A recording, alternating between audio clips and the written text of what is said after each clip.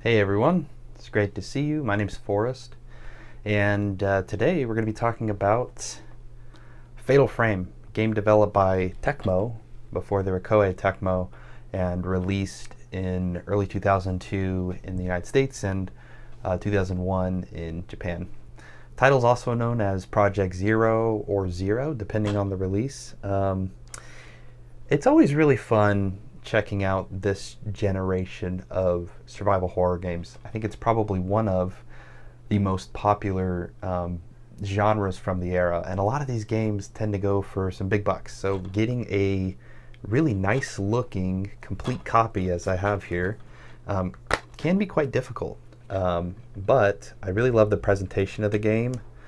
It's like crazy flying heads. You can see part of the mansion in the background. There's film everywhere. More heads all over the place. I don't know what that's all about. And with a very nice and robust booklet for us to go through that tells you a little bit about, of course, how the game works, takes you through some of the general narrative, and tells you some about the characters. Gives you some profiles on them as well. The story itself is kind of funny, and we'll get to that. And first we'll start talking a little bit about the development of this game. And so there are a couple of game developers at Tecmo.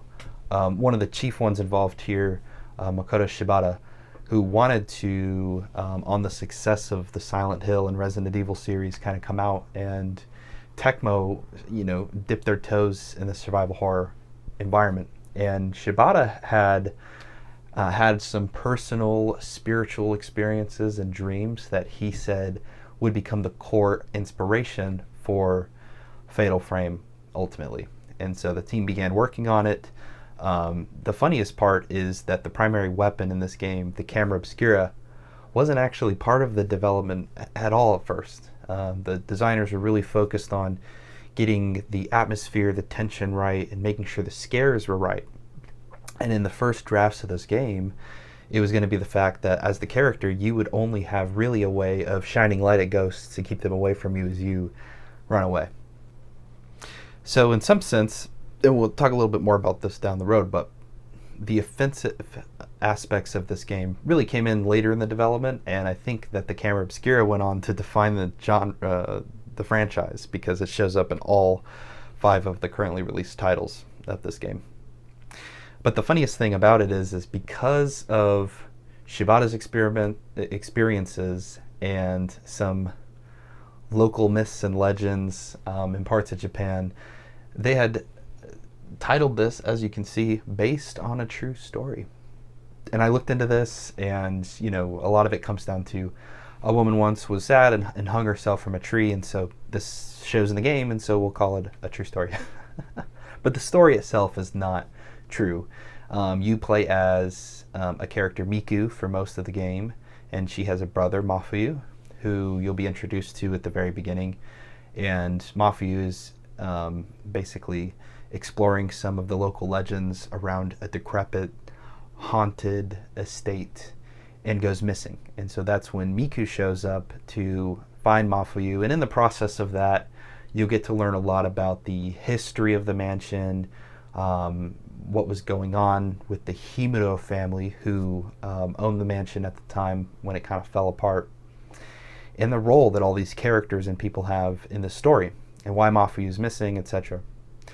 The story was interesting. I think what you get with a lot of survival horror games is this ambiguity in the narrative, and it's definitely here throughout, and not just in the story, but in the gameplay, in your ability to progress through this game in a reasonable way.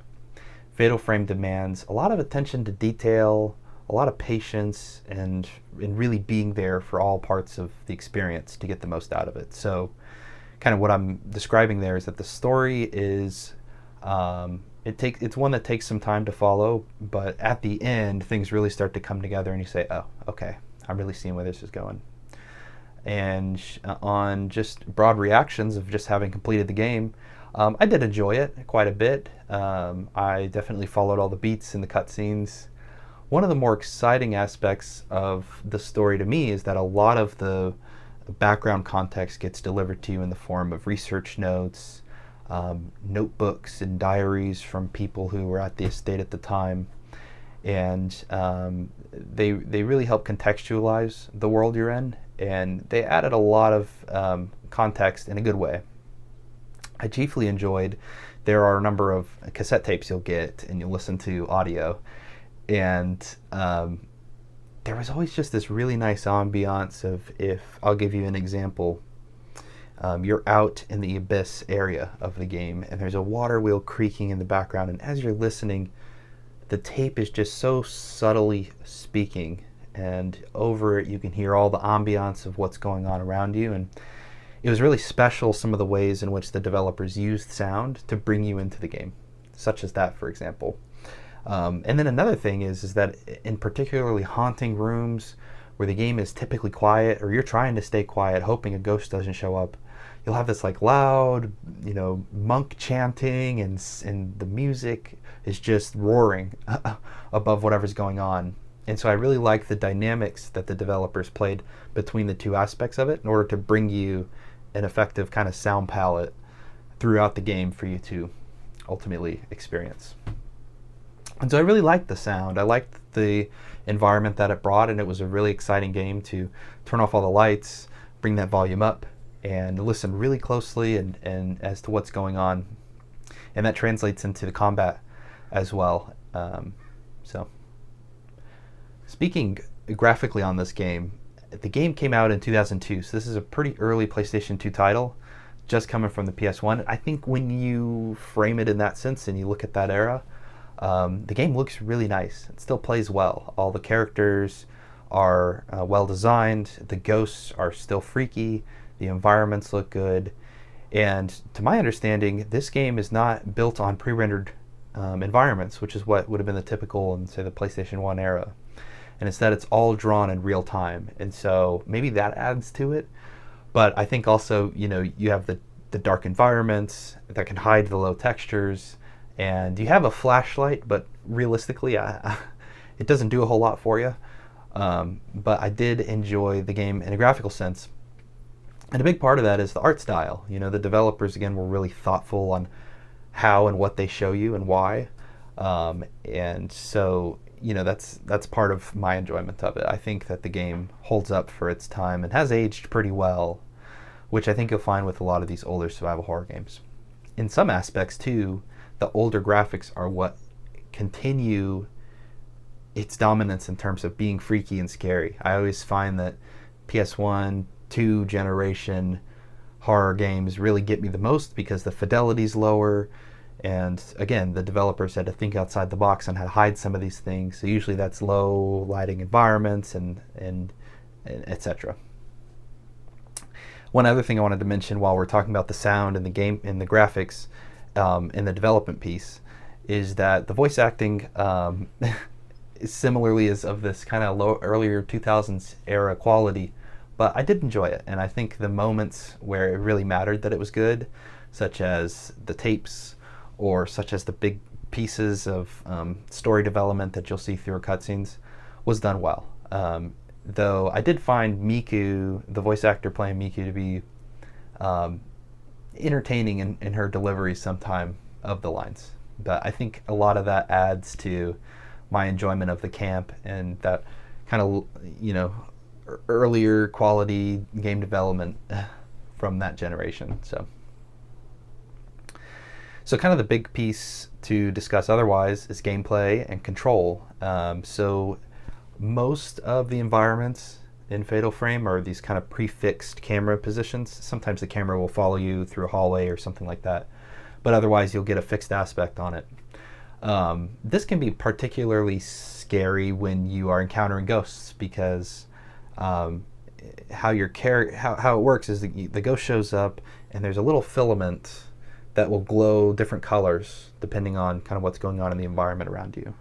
When a ghost is there, that's orange, and so from this fixed angle you know a ghost is here because of your character's sixth sense, and then as you're turning around in a circle you'll finally see the filament, and that's when you're able to get the camera up and figure out, okay, where exactly is this ghost? And so the prefixed camera really adds to the tension of all of these fights because of the fact that you really have to consider from a couple angles and how you're moving and positioning yourself, which way the ghost is going to be and how that's going to affect you. It did become frustrating sometimes. If a ghost is close enough to you, when you lift that camera up, Miku is going to automatically spin around to wherever they're at. And then other times, if they're far enough away, you put the camera up, maybe you have to hit triangle to flip a 180 and see them.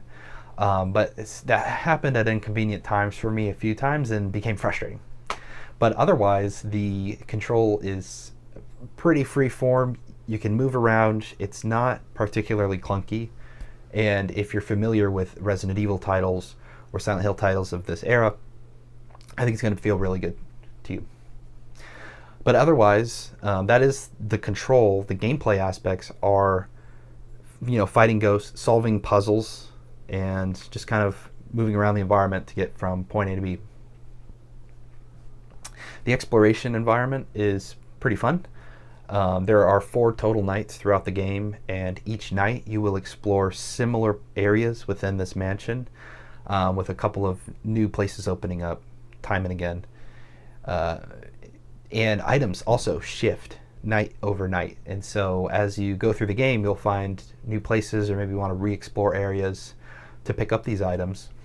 I felt like that came with pros and cons. The game doesn't start very strongly by explaining to you how to generate more points for upgrading your camera, upgrading its abilities, and as a result, by night 2, when you start to figure things out, you'll be in this place where if you played the original Resident Evil, you're saying, crap, I probably should restart so that I understand better the mechanics from the beginning and I can maximize my time with them. Similarly, you'll find this to be the case with locating items, especially health items. The game is pretty abundant with them at the beginning. However, once you've gotten into night 3, along the main paths of where you need to go, you're not going to find close to anything at all. And the challenging part about this is that when you fight the first ghosts, of course you're going to start getting hurt. And so you're going to think, okay, I should probably use the herbal medicine, heal myself up. But sprinkled throughout are these stone mirrors. And if a ghost depletes your health, then the stone mirror gives you an automatic boost right back up, and you get a freebie shot, essentially. And so the strategy to saving your health items really becomes, okay, do I know where the next stone mirror is in this fight, and in the fights between then and now? Can I take the opportunity to take hits if needed so that I can save my health items for later in the game? If you don't do that, then by night 3, you might be underpowered from the aspect of, I didn't know how the blue filament worked yet. You might not have the ability to heal yourself, which is a result of mismanagement of the inventory. And I think that a player getting a little more context on how to use these items or what they're going to do would have been really effective. Because the first time I picked up a stone mirror, I said to myself, I don't know how exactly this works. I'm just going to keep it in my inventory for now, and then if I run out of health items and I have to succumb to that, well, then that's just kind of how it's going to be. And it wasn't until later when I started seeing more and more of them that it came to click. Oh, I need to do this differently. And so that's most of the exploration aspect. You'll be exploring around to do puzzles, and a lot of these puzzles will be essentially like key character shifts, or just moving items around. And I found most of these puzzles to be pretty straightforward. The game, through text and these different research notes I was describing, helps you better understand what exactly it is you need to pay attention to when doing these puzzles. Now, the hard part is that if you weren't paying attention when you picked up these items, or maybe you missed it, you're going to be walking around pretty confused. I think that this game really relies on you to have that attention to detail, and if you do miss it, using a guide to get through it is probably what you're going to have to do. I found that if you relied solely on exploration, you were going to find yourself in a lot of trouble, because by night 2 and 3, the mansion begins to have randomized ghosts that start appearing around the house and attacking you. And so what that's going to cause is you're going to lose film, or you're going to lose health items, and you're going to get to a point where it's going to be really hard to progress toward the end of the game. And so I did find the puzzles to be easy, but only to the extent that you were actually paying attention to what needed to get done. And then kind of the last bit is the combat. So talking about the camera, you get some upgrades that you can get for the camera to increase the lens range, to increase the power, to speed up the charge. And how that works is when you target in on a ghost, you raise the camera and you'll begin to see a charge build of power. And you can either shoot the ghost at that point, or in certain instances, the filament will glow orange, and then you can get a zero shot, which will cause a maximum amount of damage. And usually these fights come down to get far enough away, take the snap, and then run somewhere else, again, at a distance to take another snap, and so on and so forth. Towards later parts of the game, the enemies become faster. They begin to teleport and shift around, so it's harder to actually aim at them and build that charge. And they require a lot more timing of you, because if they disappear or if certain attributes of their body disappear, you might not be able to actually take a picture of them and do damage. And so what I found frustrating to some extent was that through the combat, sometimes I would get to a point where I've charged up, and right as I snap, the ghost would disappear, and then I would lose that film, and I'd also have done no damage to the ghost at all. And so you're pairing that with, again, some of these ammunition and health item issues. And I think what I ended up doing as I progressed through the game is reloading saves more and more often so that I could face ghosts and make sure that I could get through some of these situations without unscathed, so to speak, and with better strategy. And so the game is a lot more strategic than I would have expected it to be. However, I did enjoy it, had a lot of fun playing through these parts, and albeit a little frustrating at times towards some of the ending fights, it was enjoyable, so to speak. From a replayability sense, if you are going to play through Fatal Frame for the first time and its sequels, this is a great place to start, and I think you'll have a lot of fun with it. When I pair it against some of my favorite survival horror games of this generation, I'd say I understand exactly why it's a classic. I had a lot of fun with it. I had a lot of challenge with it, which was unexpected, and I did enjoy quite a bit. And once you've completed the game, you unlock some good things for you to go back and utilize on a journey through the mansion again. Though, kind of in all these scenarios, I say that if there are critically acclaimed sequels, it's a lot easier to revisit those. And, you know, Crimson Butterfly is often noted as one of the best survival horror games of that generation. And so, if you're looking at Fatal Frame 1 versus 2, well, the answer might be obvious to you about what I think. In an overall, I went into Fatal Frame with low expectations. I had played the second one a little bit and enjoyed what I experienced of that. And so to kind of think about it from the lens of, oh, I'm taking a step back to enjoy the original so I can move forward and play the rest of the series. I did have low expectations, but I left having had a lot of fun, having had challenge, and having learned a little bit more about this series and enjoyed the story along the way. And so I think if you decide to do the same, you'll likely have a similar experience to me. And if you haven't, you know, let me know. I'd be curious to know what you think about Fatal Frame and kind of its role at this point in the PlayStation 2 generation, and so on and so forth. So outside of that, those are my thoughts. You know, thanks for tuning in, and look forward to seeing you on the next one. Until then, take care.